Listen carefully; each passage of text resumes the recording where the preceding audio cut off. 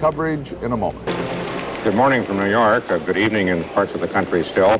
From me, Harry Reasoner, from Barbara Walters and Howard K. Smith. 2/3 of the precincts in this country have now had their votes counted in this election. Jimmy Carter, the Democratic candidate, continues to hold a 51% lead to President Ford's 48% lead. Carter with about 28 million votes.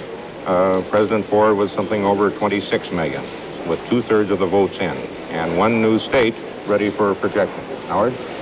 Well, Harry, there are only two southern states, if you leave Texas out of the South and put it in the Southwest, that have not produced results, but now one has. Virginia. ABC News projects that President Ford has taken Virginia, and it's 12 electoral votes. This comes as no surprise because an early October Richmond Times-Dispatch poll, Ford led 7%. Virginia to Ford. In the electoral vote total, as projected by ABC News, that now means that Jimmy Carter has 224, 46 short of what he needs. President Ford now has 149. It's interesting to note that since the last state was projected for Jimmy Carter, Mr. Ford has won 3. He's picking away at that lead. But at the moment, the odds would still seem to be with a man who has 224 votes as opposed to 149. Barbara? We'll let you take a look at how that looks in the map so you can get a visual picture of it as we show the map. The dark blue are the states which have gone for Carter, and the yellow are the states which have gone for Ford. That's how it looks in the national picture. In addition to the various elections, presidential, gubernatorial, senatorial, and the election for the House, there are a good number of national referendums on the ballots of different states, and some of them have national significance. We said earlier that there will now be gambling in Atlantic City in New Jersey. That referendum seems to have passed. Casinos just in Atlantic City, but that could make a whole difference to the state's revenue and will certainly change the whole picture in Atlantic City. No slot machines, they say yet, but casinos.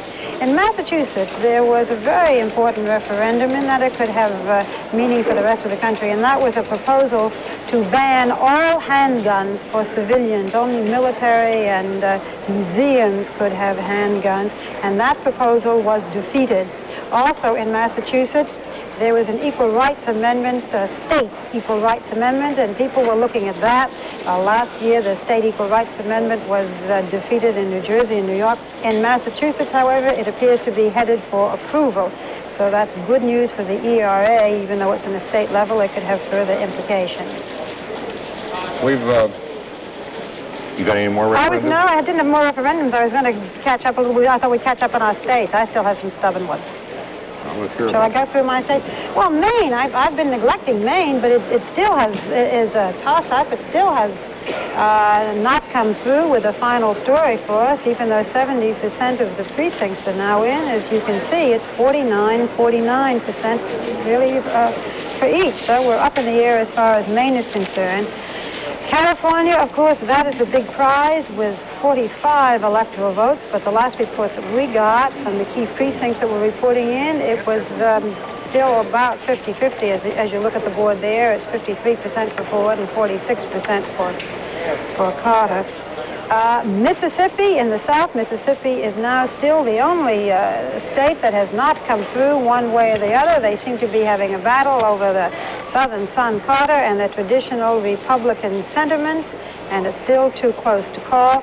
And we don't have news as of yet to report from Hawaii. So those states still to come. Well, we still have our same two states in the Middle West, Illinois and Ohio, who together, if they voted for Carter, could put Carter across. If they vote against him, they could put him far back. Illinois, the vote is 50% to 49% favoring President Ford, but the actual raw numbers are just 3,000 apart. In Illinois, still only 61%, however, the Chicago City vote has been counted. In Ohio, 75% of the votes have been counted, and Carter leads by a few thousand votes, 49%, a big 49%, to Ford's small 49%. The states that I've been watching that are still indecisive begin with Texas, which has now counted 79% of its votes, and Jimmy Carter has held a steady lead there, 52 to 48% for some time, about 1.5 million to Ford's 1,300,000. Eugene McCarthy is pulling down 1% of the votes in Texas. We regard it as too close to make a call on. Iowa, with 94% of the precincts reported, for a long time was absolutely steady at 49% for each candidate.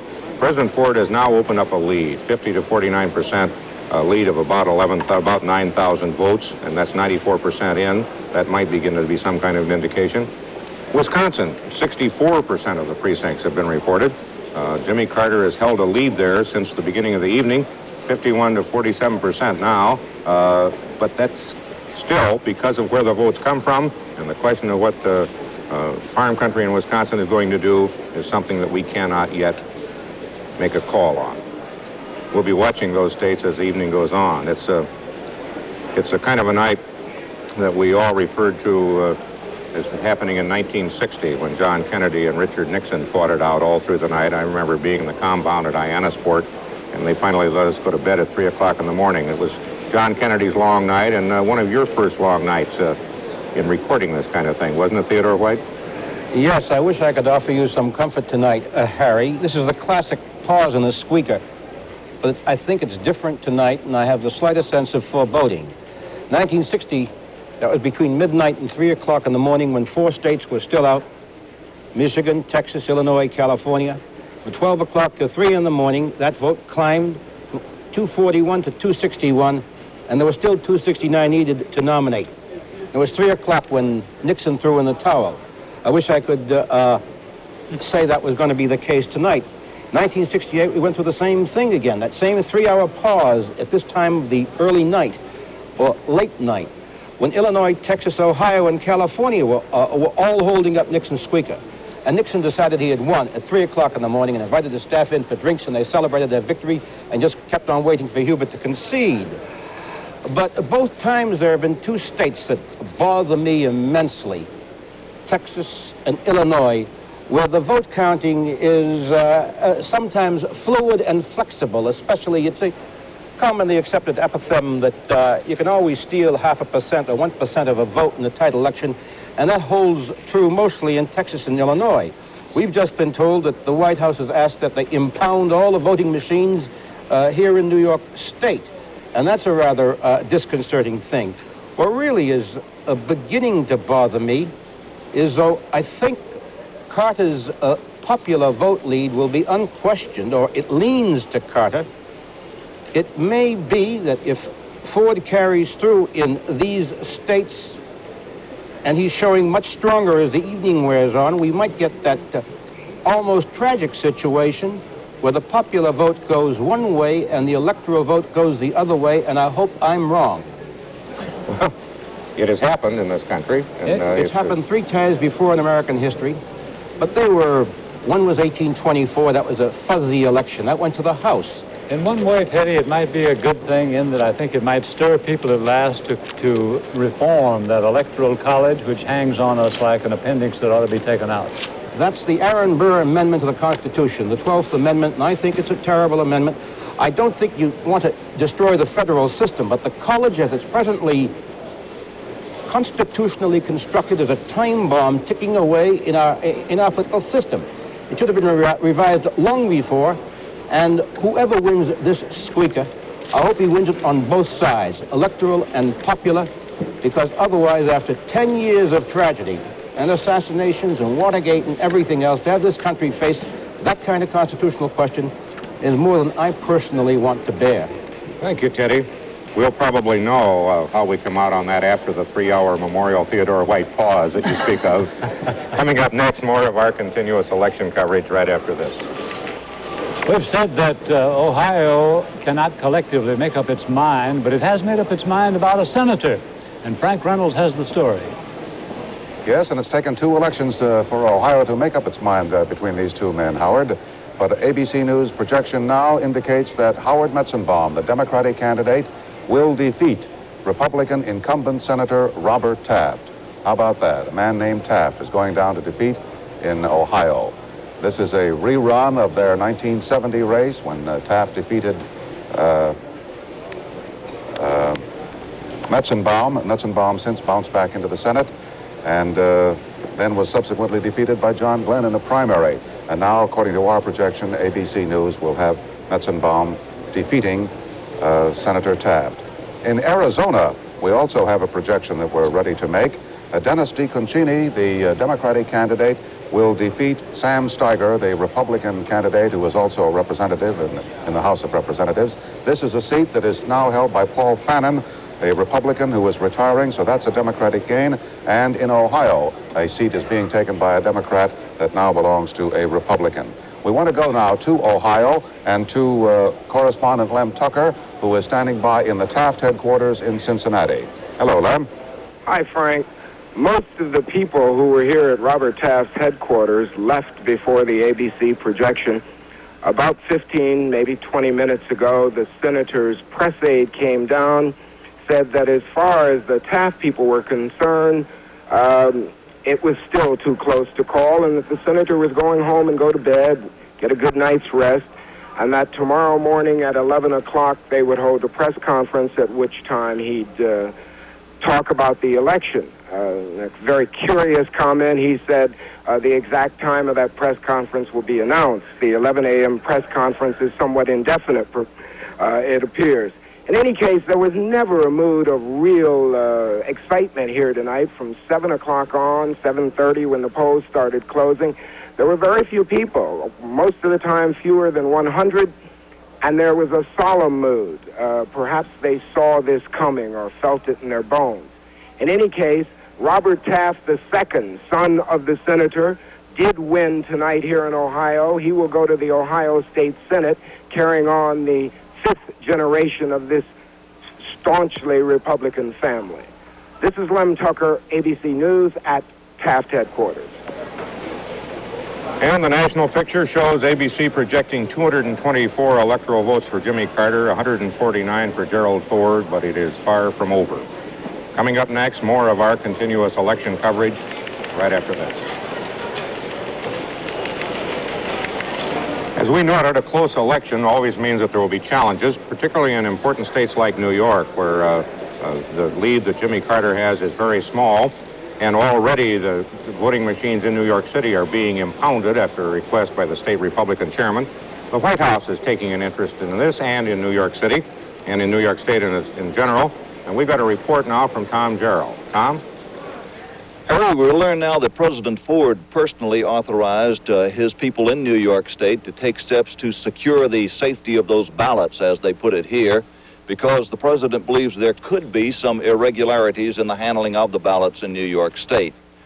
This is the background, as given just moments ago by White House News Secretary Ron Nessen to reporters here. He said this afternoon a New York City attorney who has been active in Republican politics named Fred Perota of the law firm of Rogers and Wells telephoned a attorney here at the White House, Jim Cannon, and he told Cannon that if it was a close election in New York State, that the White House should be prepared to take some steps to secure the ballots in New York State. Well, then later on tonight, after the returns were coming in and it became very evident that it would be a close race in New York State, Perota called back, and he said that he now believed that there was reason to take some steps to secure the ballots in New York State, to make sure that they were properly counted.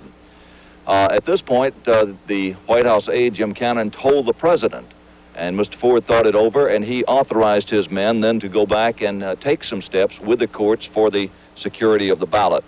The White House attorneys contacted the State Board of Elections unit in New York State and also Governor Hugh Carey's office and told them formally that the White House wanted to take steps to assure the security of the ballot. The White House also contacted Dick Rosenbaum, the state Republican Party chairman in New York State, and authorized Mr. Rosenbaum to seek a court order and also to seek steps from Governor Carey for the security of the ballots. We don't know here at the White House yet if a court order has been issued or what steps Governor Carey may take. Obviously, this does throw a cloud over the entire outcome of the New York returns until they can be thoroughly checked and perhaps recounted if the White House succeeds in this effort to secure the ballots, as they put it, which of course is another way of saying impound them. Harry? Well, Tom, I don't think there'll be much trouble about impounding the voting machines. The state attorney general has already moved men in New York City to watch them in the assumption that the court order will be granted. That is not unusual, particularly in an election where right now, with 84% of New York's precincts reporting, Jimmy Carter's lead over President Ford is very slight. They both have 50% of the vote. Carter, 2,700,000. Ford, 2,681,000. It's within about, if I make it right, about 40,000 out of a total of 5 or 6 million votes. But Harry, if this goes into several recounts, the way the Hartke-Rauderbush contest in Indiana for the Senate did some years ago, 6 years ago, it could take a year before we know who is president of the United States. It conceivably could. I would assume that involves some paper ballots and actual counting. In New York, it's a matter of merely checking did they add up the voting machines right. It's mostly machines. And it's not the first time that they have decided that it would be nice to know where the voting machines are the next morning, just in case, which is all they're doing so far. You two have gone through this, of course, more often than I have. That doesn't mean that we would sit here for a year, does it? We would sit here for a year, Barbara, if necessary. And Compton, I think there's been more ticket splitting this year than there's been in any election that I know of. In New Jersey, Senator Harrison Williams won easily, but the state was carried by the Republicans. He's a Democrat. In Illinois, Republican James Thompson won the governorship handily, but the presidential race is nip and tuck. And you can go right down the line: Delaware, Washington State, Rhode Island, Montana. The split right along every one of the states. Howard, what I've found interesting going through some of these returns is that only 2 states, I have found only 2 incidences, Vermont and Rhode Island, where the president, the candidate for president who has carried the state has had virtually the same raw vote and percentage vote as the gubernatorial candidate.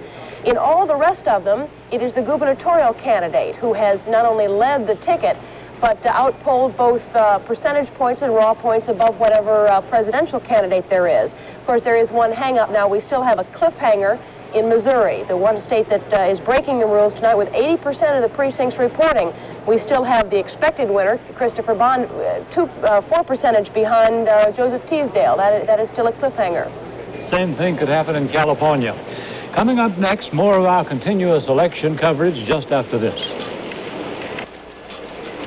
It's interesting, we were talking about the possibility of recounts tying up the question of who is president of the United States for a year. That could have happened in 1960. And I think it's one of the things where both the enemies and friends of Richard Nixon agree it was a grand gesture on his part. He chose not to ask for a recount. I think you're right. He chose not to tie things up, and that might have saved a lot of trouble. And that's the National Election Night Story at 22 minutes after the hour.